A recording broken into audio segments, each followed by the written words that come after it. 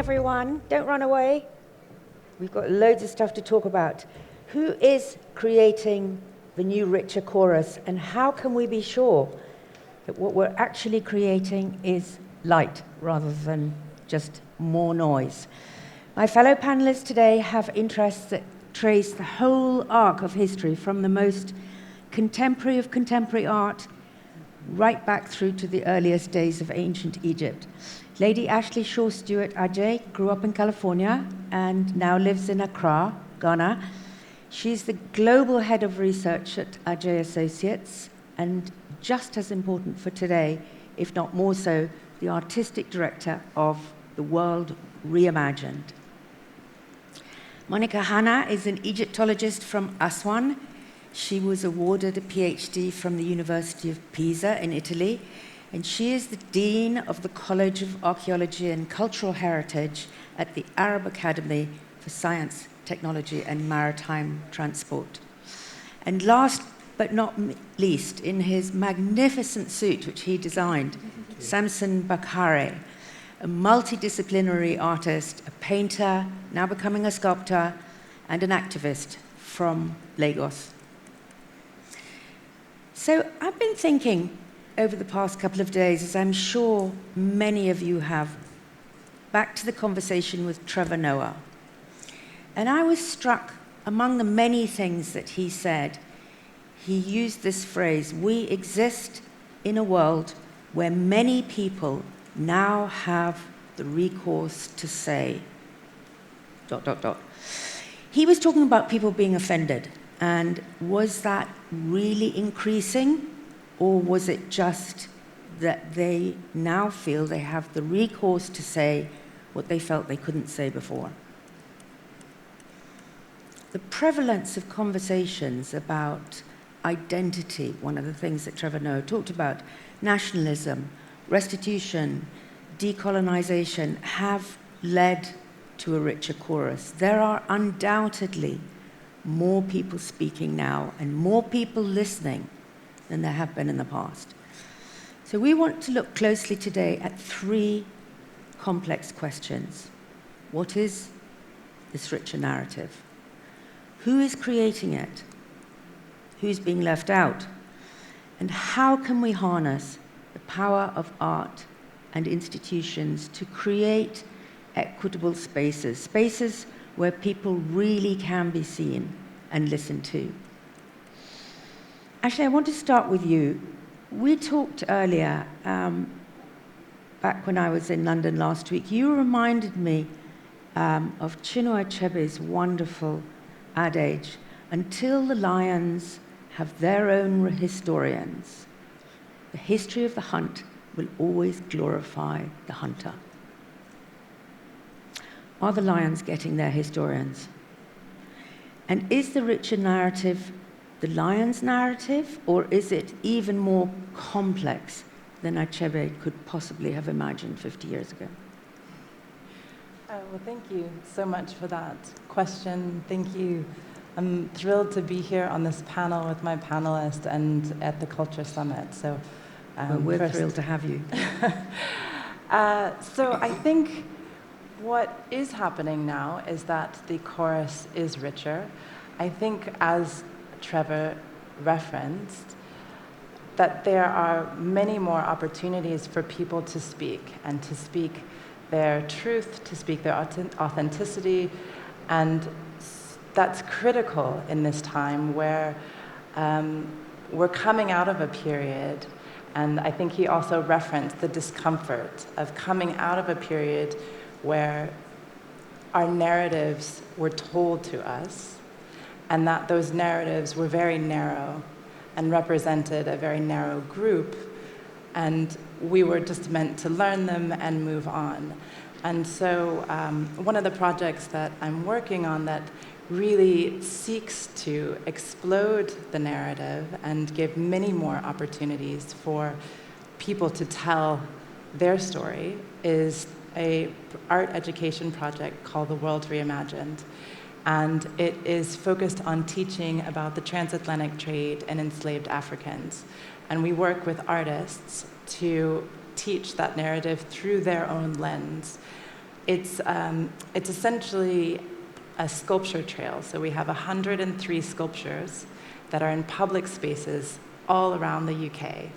And it's really important that they are in public spaces because, particularly in a country like the UK, monuments are all over the cities. And these monuments are very narrowly tell us the who.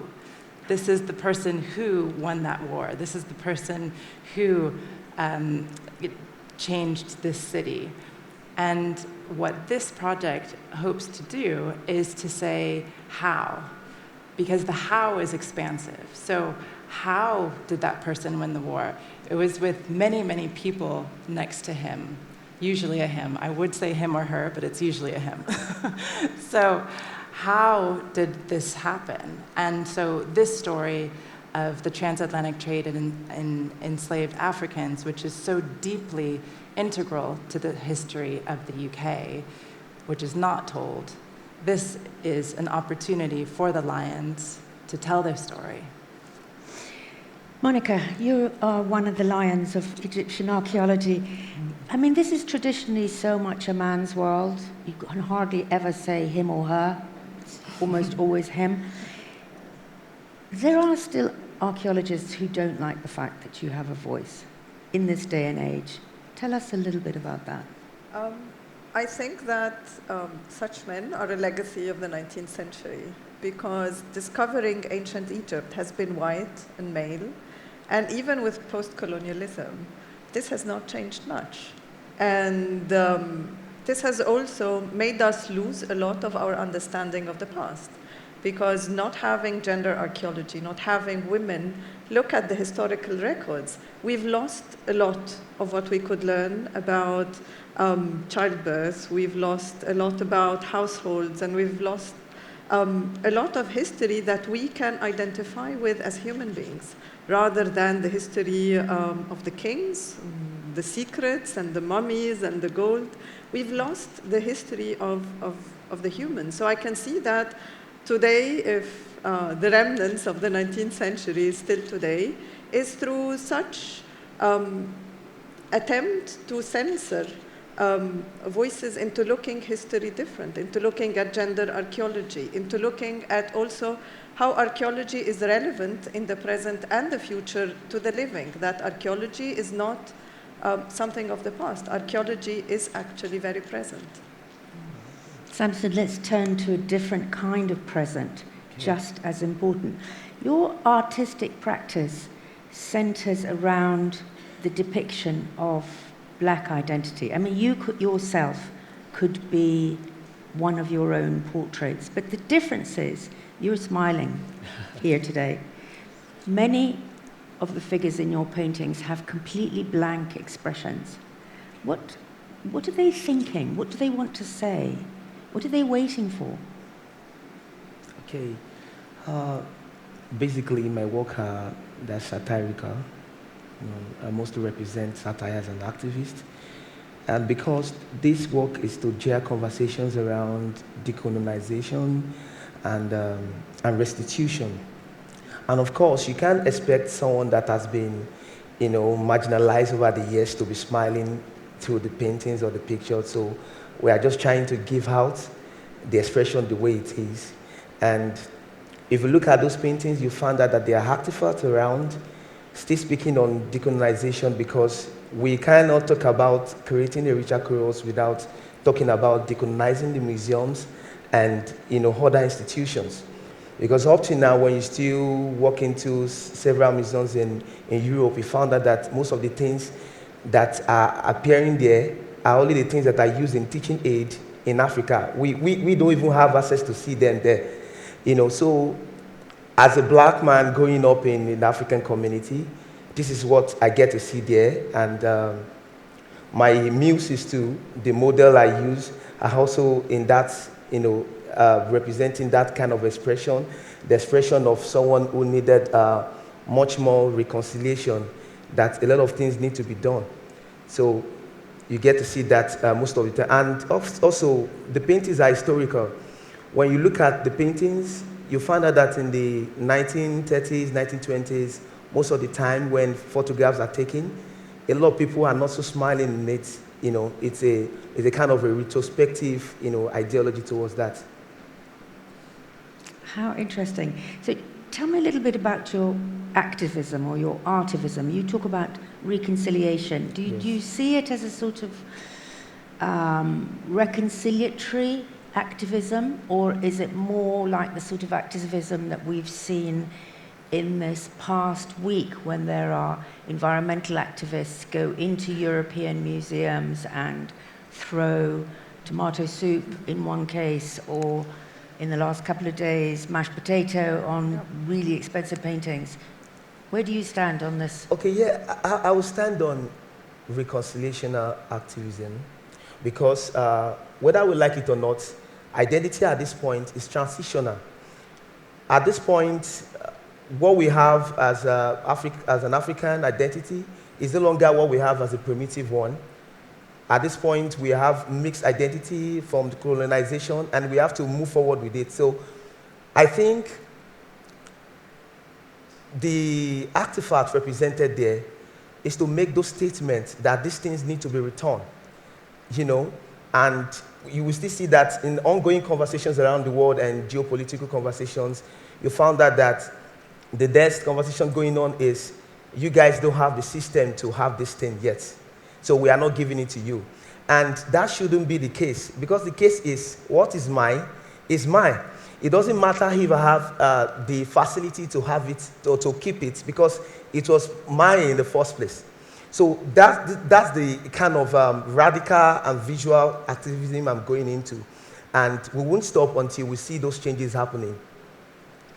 So do you want to see a world in which everything is returned from the museums that were made in the 19th century to their countries of origin, which means that in Nigeria you will only see Nigerian things, and in Egypt you will only see Egyptian things? Is that the world that you want to see? Is that the logical extension of it? Okay, so the world I want to see is a world where there's a proper compensation for what has done, and there's also a system in place too to eradicate what has been done. And by saying this, I mean that the two major tools of colonialism, let's start from there, is epistemicide and linguicide. And when you kill a body of knowledge, the epistemology of a people, you see that the identity has been erased. And if we are to decolonize that same system, we need to use the same tool. So the same tool is that colonialism took away a particular knowledge, and if we are to decolonize, we have to restore that same knowledge. And unfortunately, when we read African history, even going up in the African art school, we are being taught European history. And this shouldn't be so. You know, it shouldn't be so in all wise. And you will see that this has a lot to do with many Nigerians or other part of Africa and massive migration going to the Europe, because the educational system is dead. And the people are also going to the places where they are going to be taught the people that kept them in the oppression at the first place. Am I too mean here? And fast forward to what we have right now. The museums are returning artifacts. But what proportion is this to the massive, you know, looted objects in the royal collection all over France and, you know, the Belgian community? Is still a very little proportion compared to what is taken. And you see all of this all over the press. The Smithsonian museums or Smithsonian institutions are returning this and that. And these are just like maybe 5,000 out of countless number of people. So until we try to put certain things in place, the things we have to put in place is how to eradicate the African community too. Because, you know, the system there is degrading by time, and it's degrading because the people that are to be expertise in the nation are moving on to greener pastures there in Europe and other parts. And we see what happens is, if you're a good guy in Europe, you are called is a British Nigerian or a British. You know, it's being claimed. But, you know, it's one of the essences of humanity is that we always have bad apple. So in the bad apple, you say he's a Nigerian. Oh, the Ghanaians, the foreigners are here doing the bad thing. But if they had one doing the good thing, you call them the Americans there. You see, we have to find a way to balance this thing in this contemporary time you are living in. Let's just stick with institutions for the moment, because I want to turn now to the big question, which is, how can we harness the power of art and institutions to create the sort of equitable spaces, the equitable conversation that you are talking about, spaces where people are to be seen and are to be heard? Monica, tell us about how do you think we can make knowledge more democratic? I think by facing the reality of museums. The French philosopher Michel Foucault calls museums a heterotopia. So it's like a mirror. Heterotopia. Yes. So like not a utopia, not a dystopia. Not a utopia and not a dystopia. It's a mirror of space and time, and it's not real. It's like it takes a slice of time and tries to freeze it. And it's not real. It's void of human interaction. People tend to think that objects and people exist in void, but that does not happen. Because in cultures where these objects represent, they have a purpose and they have a role in the society. So taking them out of the museum and putting them in cabinets of curiosities that in the 19th century were called museums, I think have lost a lot of this human interaction with these objects. And museums are a symbol of Western modernity. And I think they are in a crisis in the 21st century because they cannot find a real lure, particularly these universalist museums. These universalist museums only exhibit the culture of the other, the anthropological other. So this otherness of us Africans, Middle Easterns, and Asians is one-directional. You would rarely see a universalist museum in what they call the source countries. So the museums need to completely rethink restitution and they need to think also the role in the 21st century. Do they want to remain Alibaba treasure trove, or do they want to have a role in society that's inclusive, that deals with cultural violence? I know we cannot change history, but we can correct history.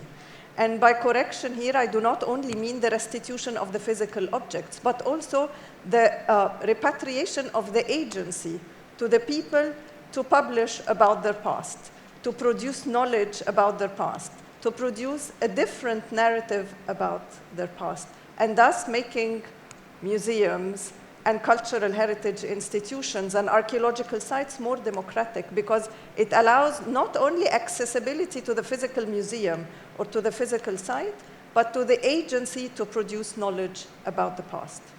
And where do you see the Louvre Abu Dhabi in all this? The first museum of its kind. I think it's trying to set a precedent that culture can also go from north to south, which I think is very important. Actually, let me turn to you now, because we've talked about knowledge. Linked together with that is spaces. I mean, architecture, as we heard, the person who was talking about Africa, is absolutely exploding, and the art world is changing so quickly. How can we make spaces more democratic? Well, I think it speaks to what both of our panelists are talking about. I think that there's the importance of tangible restitution, which, the Benin bronzes, the artifacts that have been taken out of Egypt. And then there's an intangible restitution. And I think you've also hit upon that it's critical that stories are told, that the history is given context. Again, this goes back to the idea of the singularity of the history that's being told, that part of the restitution that needs to happen, part of restoring how people understand themselves, is to give them the opportunity to speak about themselves and to paint about themselves and to explore their own history. So, so in physical spaces, when you look at, again, London or the UK, spaces in the UK where we're working right now, physical space is very structured, it is very ordered, it is dominated by order. And what's interesting, I think, now living in Ghana, in a space where the street is, it flourishes with so much interaction, with certainly its own order, but the order is, I think, born out of the people rather than imposed onto people. And so I think that that model of creating order within a group can be brought to institutions, how we engage with institutions, how we engage with public space, and handing it over to people more, allowing them to feel that they're seen in those spaces. And I think as you were talking about with the 20th century and the 19th century with institutions, so often it was you, small person, walking into this institution will learn from us, and we will impart this knowledge to you, and you will be smarter for that knowledge. And that's just an outdated way of engaging with the public. The public has so much knowledge, and we see this with this explosion of social media. There's so much knowledge, there's this incredible democratization. And so if institutions don't absorb that and figure out how to engage with it, they will just simply become obsolete. What about the dangers, though? What about, what's the danger that we end up creating more noise than light? And maybe that doesn't matter. Maybe noise is just as good as light. But how do we avoid, particularly with the technology that you're talking about, the reality that algorithm-based technology pushes us into a silo, into an echo chamber, where we're not just listening to like-minded thinkers, we're actually also becoming deaf in a way? Well, I think the issue there becomes, again, who's writing the algorithms? And again, we don't have enough diversity in the tech industry. So it always is going to come back to the origins of its creation. That, to me, until we can truly have equal opportunities, until we can engage all voices, then we're just going to keep on creating the same output, regardless of technology's ability to consolidate information. If it just begins with one voice, it will always have one voice. So there's that aspect of it. I do hear what you're saying about noise, and there is a lot of noise, but I think that ultimately there are extraordinary voices coming out of the noise, and that there are movements that are coming out of the noise. I mean, the amount of contemporary African artists that now have spaces to tell their narratives, to share their ingenuity is more than ever. And I think if we didn't have social media, there wouldn't be as much of a platform for those voices. And do you see anywhere, let me just push this a little bit further, do you see anywhere a danger that the chorus becomes hijacked, that it becomes put to some evil use? Yes, there are chances of the chorus being hijacked, and that happens when certain content becomes a cliche. When you speak psychologically, when you talk about certain things, it reaches to the peak, and at certain points, it doesn't really make more sense that way. And we've had all kinds of movements in the past talking about certain things, started with the voice, and at a certain point became a noise because so many terrible voices began to join with different motives. And I'll take, for example, the Black Lives Movement. When it started, after the death of George Floyd in 2019, 2020, it was commanding so much attention. It was unique, it was sincere as it could be. But at certain point, people with different mindsets crept into. And that is why the other side of capitalism is evil. Because a lot of people have to manipulate and hijack certain things to turn into something that could make more money or that could get more fame for them. So we cannot, there's no way we can avoid that. At certain point, we have many voices coming in that were not as true as the original voices. Sometimes too, it has to do with people telling stories. And I'll also give an example. The NSAS protest that happened in 2020 in Nigeria, a white woman, I can't remember what her name is. I mean, we were at the so-called war front, facing the Nigerian military, shooting all around, having colleagues that died. But a white woman from another place just wrote about NSAS, and it got published. You can imagine that kind of thing. So, at certain point, the true victims of certain things, when they are undergoing the sincerity of the experience, a lot of people are going to come in maybe after a while and it becomes a noise. And at some point, the audience get tired of these narratives. They just feel, oh, we are done. We are moving on to the Iranian woman thing, women rights. And they should have the right too. So I think what we need to do is that there should be regulatory too sometimes. There should be regulatory too sometimes in social media. They should be regulated because at some point, when the content is so much, you find it so difficult to select which is authentic and which has, there's so many appeals going on, A lot of people are trying to cook up stories to make it suit you, but could be different from the original truth.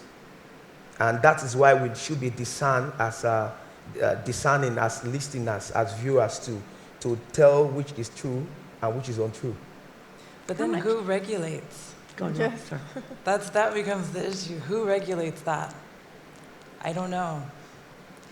Well, I know in trying to regulate these things, we are going to go into another side of it, and that comes with you violating people's freedom of expression. Mm-hmm. So it becomes a problem. Exactly. And that is why we must look at it holistically, because when you're trying to solve this problem, another problem comes up. Okay, I'll give you an example again. I'm sorry that I'm, keep mentioning what happened this is my story. After the NSAS protest, the government, because, certain people died, let's say like 100 people died in the protest, killed by the government, massacred. And a lot of people are saying, 2,000 people died, 3,000. There was fake news in the air. And the government were trying to regulate this fake news so that it doesn't change the image of the nation elsewhere. So there was a Twitter ban in the nation for several months to curb that. And while you're trying to curb that menace, we also have a true ongoing crime that we need to make the world see. But there was no way we could publish that because there was a ban on.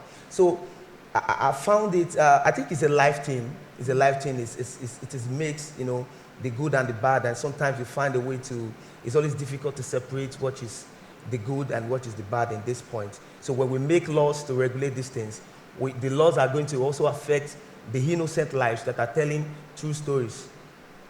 So it is a very difficult point. So the richer chorus has good and has bad in it.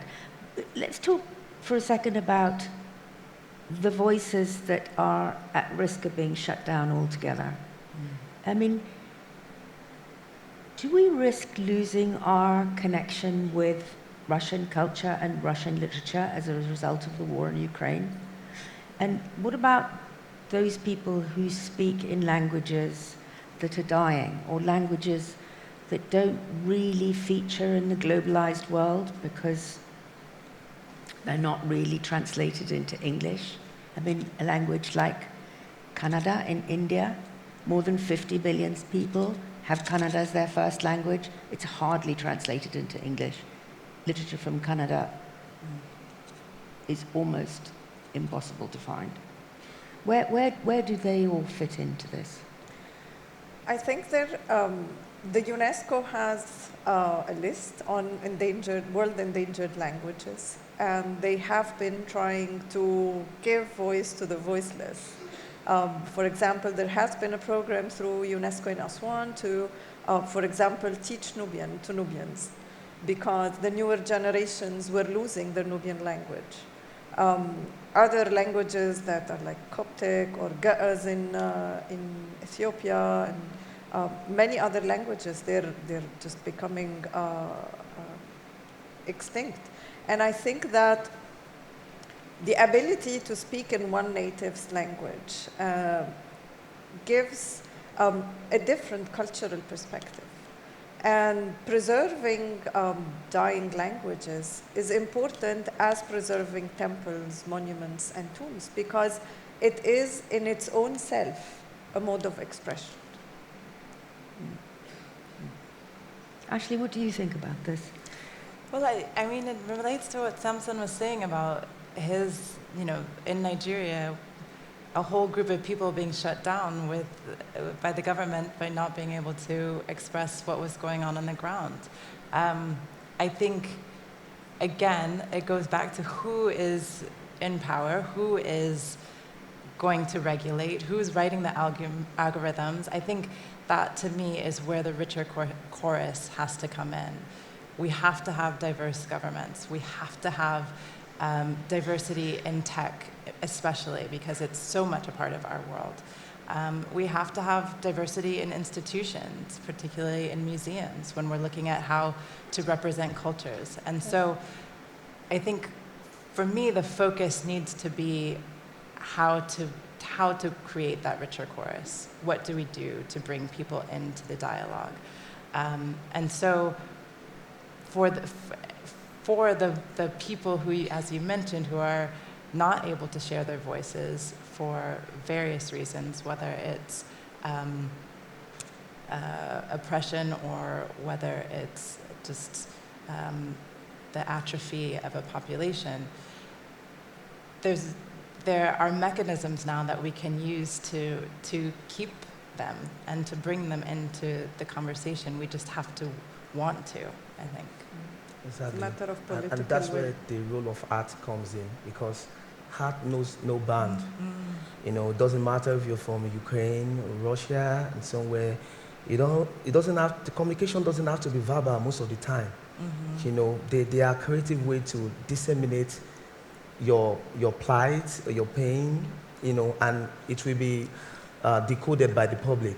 And that's why, through music or any other medium, these stories too can be told through that way, rather than on language. And it's okay to be multilingual, but how many people can go to the stress of, learning one language or the other, or lingua franca? It could be tough at some point.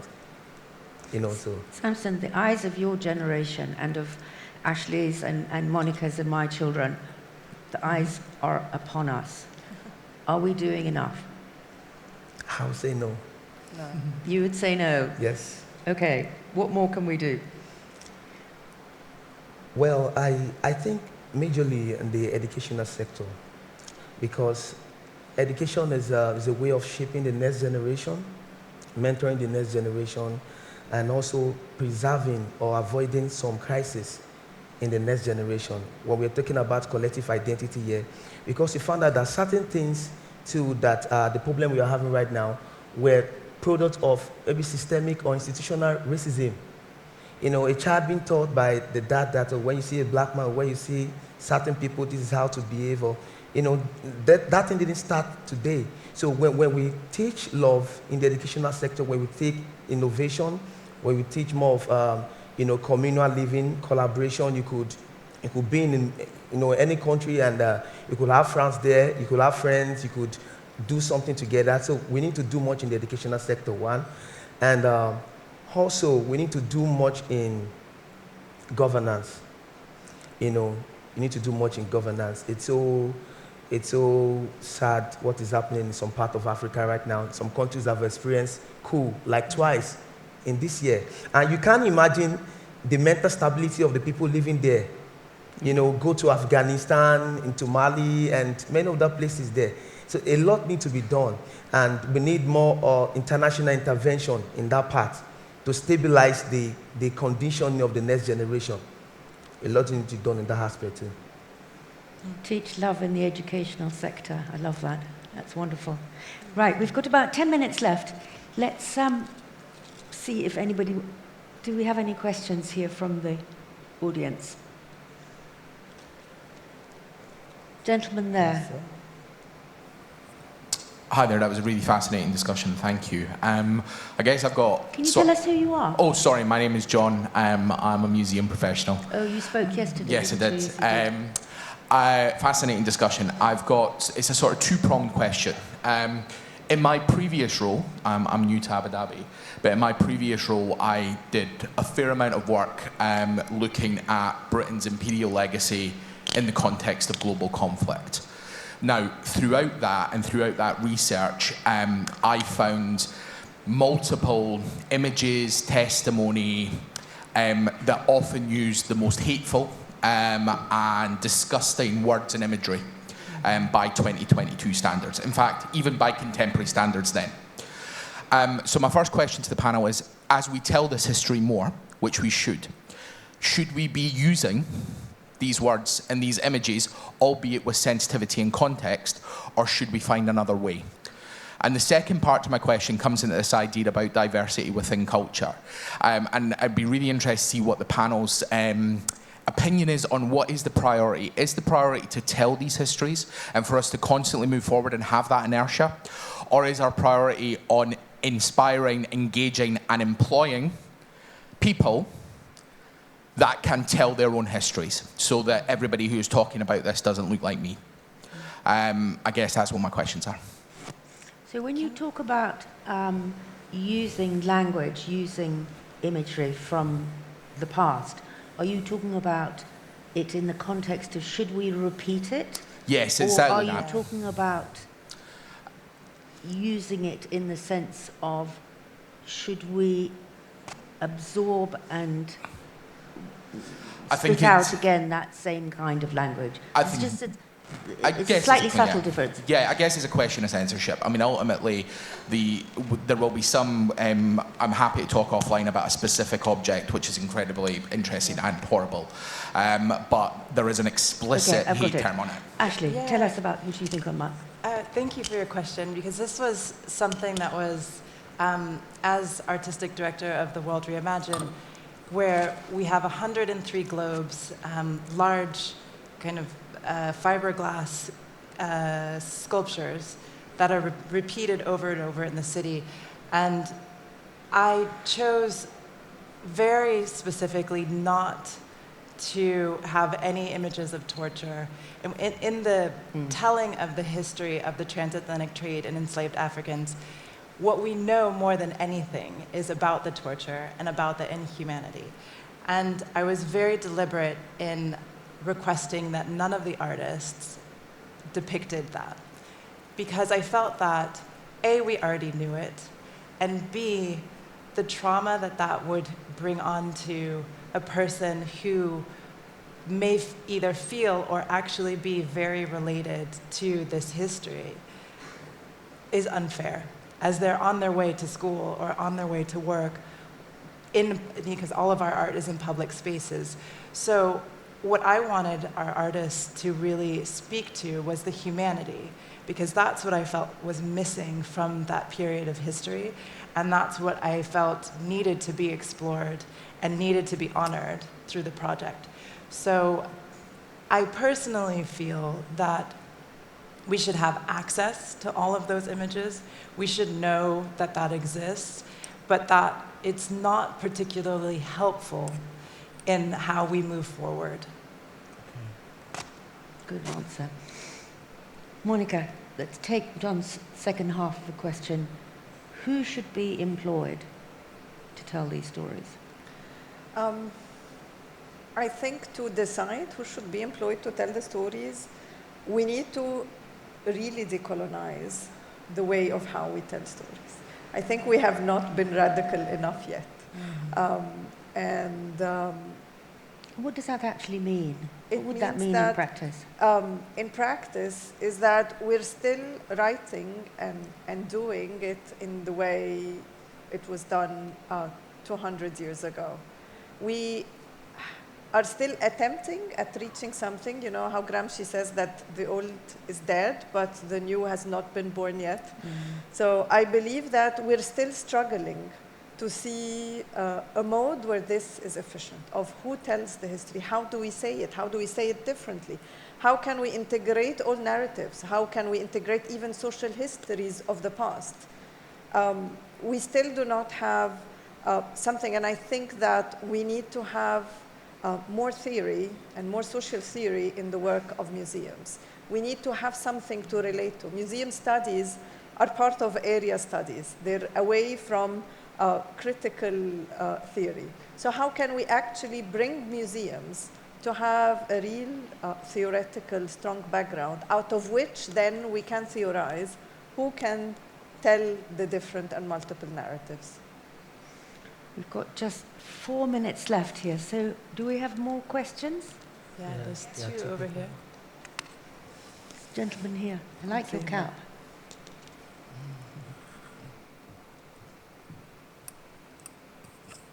Good morning. Morning. My name is G. Ray Smith. I'm 19 years old. I'm an NYU Abu Dhabi student and a musician. At NYU Abu Dhabi, there is one faculty that has a Nobel laureate. His name is Wole Soyinka, and he's a literature legend in Nigeria and around the world. And he's a Nigerian. He's the only faculty that has a Nobel laureate, and he's the sort of prize faculty of the college. But at the same time, in this community, there's the bottom tier of Nigerians and other Africans and other denominations of people that their lives are absolutely different. And at the same way you and I can be here at the Culture Summit, there's a host of people that don't have access to these opportunities. So what do you think is the difference between having access to education opportunities for, in this modern, I suppose, modern time, and how can the community help at least everyone, or as much as we can to everyone, to have access to these opportunities instead of the large strata that exist between the revered and the non-revered? Yes, that's my question. Access to education, that's a huge question. Yes, and I think it's part of democratizing the past, is putting the past in the present through education. I think that also the way the past is narrated in curricula needs to be changed. That's not Eurocentric. That's not mono dialogue. That it must include the multiple narratives. And I think this should also involve a lot of people who are actually working in the discipline to write the curricula for the students. Because at many times, the school curricula, even for primary and middle schools, are written just by educators and not by people aware of the different narratives that are related to history. Can I also say, I think the curriculum must change, but also the way in which we reach young people has to change. Yes. Because we have schools, as many of our other panelists have said, the population explosion that is happening on the continent in Africa, there are so many young people that are going to need education, and we don't have the infrastructure for it right now, and we have to shift. I'm not an educationalist, so I don't have all the answers, but what is clear to me is that we have just about everybody having access to a phone. And so it seems like there has to be some type of shift towards technology that's accessible for any child who lives in any village, any country on the continent. I agree, and also in their local languages. Because if you, for example, look at the cultural content in Arabic, for example, on the internet, it's still very small. It's still very inadequate. Yeah. And how many people can actually have access to the knowledge unless they learn English or French? Exactly. I also think that he meant public education. Public education in the sense that when you look at the number of people in attendance in this great summit, it is nothing to compare to the general public living out there. And this is where the role of technology comes in. The public slide we have, the billboard display, there could be some educational content, not just product adverts, not just industrial content alone. There could be educational content that could change. Maybe someone is at a traffic spot stop there. In the next 2 minutes, you've seen a slide that changed your mind and change your perspective towards thinking. Good idea. I'm going to stop you right there because we're out of time, but that's a really practical suggestion. I love it. Billboards for education, that's the big take out of here. Thank you all so much. That was fascinating. Thank you, Fiona.